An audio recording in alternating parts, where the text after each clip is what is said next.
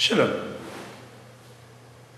Lorsque Rabbi Yehuda Hanassi fut nommé justement le Nassi d'Israël, c'est-à-dire le prince du tribunal rabbinique, de l'autre côté, son ami Antoninus devint le César Antonin.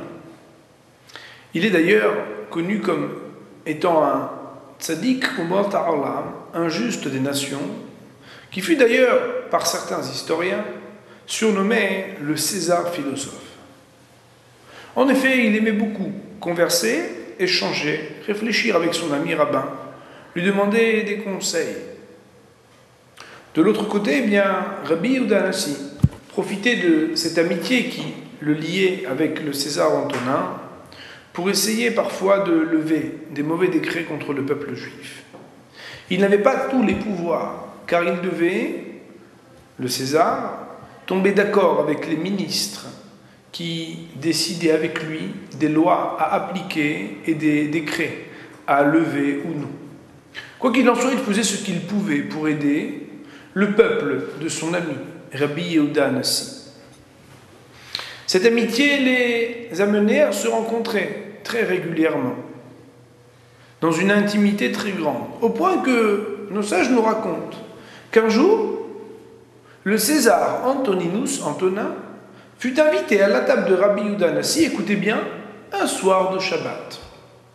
Alors, c'était délicieux, il était très heureux. Se retrouver à la table de Rabbi Yehuda Hanassi, on imagine ce que ça veut dire, en plus un soir de Shabbat. Mais pas seulement sur le plan spirituel. Même sur le plan culinaire, il s'était littéralement régalé. Une autre fois, eh bien, il fut aussi invité un jour ouvrable. Et pourtant, les mets qu'il a pu consommer étaient bien plus chauds, bien plus sophistiqués que la première fois. Mais le César avait senti qu'il manquait quelque chose. Alors, il dit à Rabbi Yehuda Hanassi sans se gêner: Rabbi, dis-moi, il y avait un goût que je ne reconnais pas ce soir. Tu sais, la dernière fois je suis venu. Qu'est-ce que c'est? Eh bien, lui dit Rabbi Yehuda Hanassi, c'est vrai, il y a une épice qui était présente la dernière fois, mais que je n'ai pas aujourd'hui. Comment? Mais tu te gênes avec moi.